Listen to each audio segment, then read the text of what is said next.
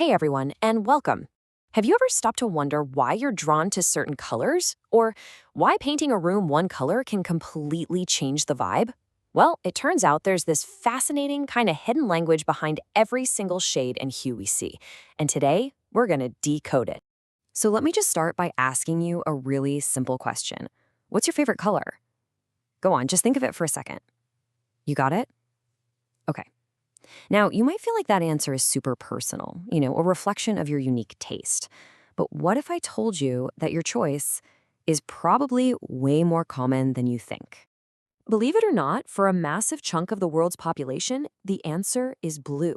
Yeah, a huge study found that almost half of us, 45% to be exact, prefer blue over any other color out there.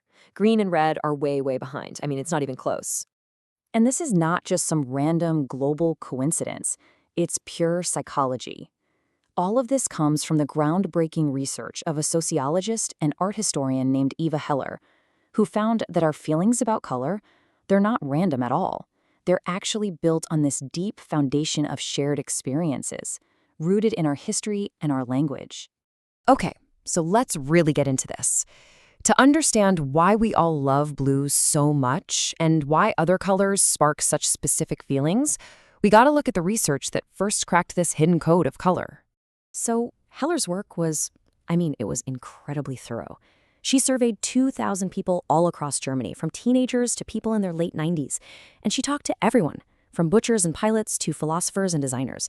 She asked them to connect colors to 160 different concepts and feelings, things like love, hate, elegance, even ugliness.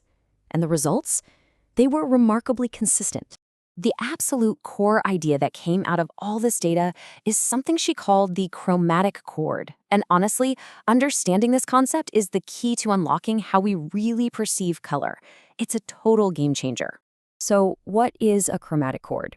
Well, it's the idea that we never, ever see a color in isolation. It's always surrounded by other colors, right? And that group, that chord, is what creates a specific psychological effect. That chord is what gives the main color its meaning. When it comes to color, context is absolutely everything. And this is where it gets really fascinating, because it shows how a single color can mean completely opposite things. It all just depends on the other colors in its chord. A color's personality isn't fixed at all. It's kind of a social chameleon. Just take the color red, the color of passion. When you see red in accord with pink, the people in the study overwhelmingly linked it to love and even innocence. But pair that exact same red with black, and boom, the chord instantly changes its meaning to hate, aggression, and brutality. Same color, totally opposite feeling. It's wild. And it's the exact same thing with yellow. Put yellow in accord with orange and white, and it practically sings with optimism, fun, and good times. But combine that same yellow with gray and black, and the chord strikes a much darker note, suddenly becoming the color of jealousy, envy, and even betrayal. And this whole thing goes even deeper, because these powerful associations, they aren't just in our heads. They're actually embedded in our collective history, our culture, and, believe it or not, even in economics.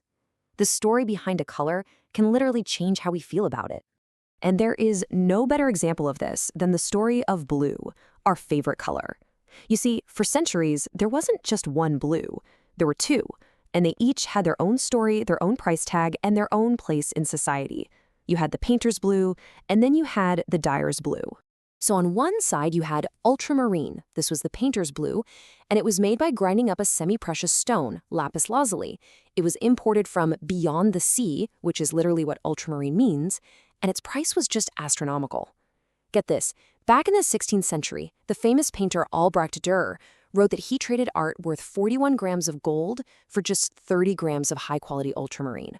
This incredible value, which today would be over 15,000 euros a kilogram, meant that ultramarine was saved for only the most divine and important subjects in art: the Virgin Mary, saints, royalty. This forever cemented blue's association with divinity, nobility, and immense value. But while the famous painters were using this precious, heavenly blue, the common folks were wearing blue too. Their color was indigo.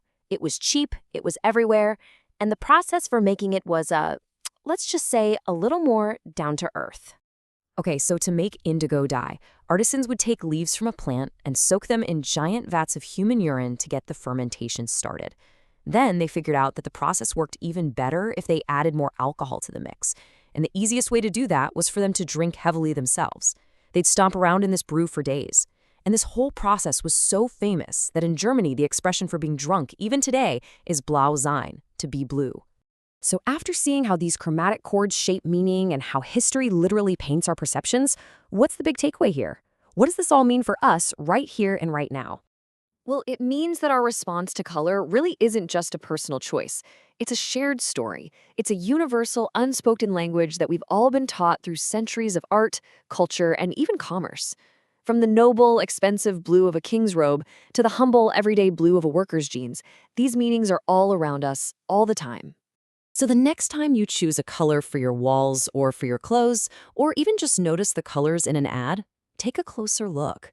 Because now that you know a little bit more about the language, what are the colors in your world really telling you?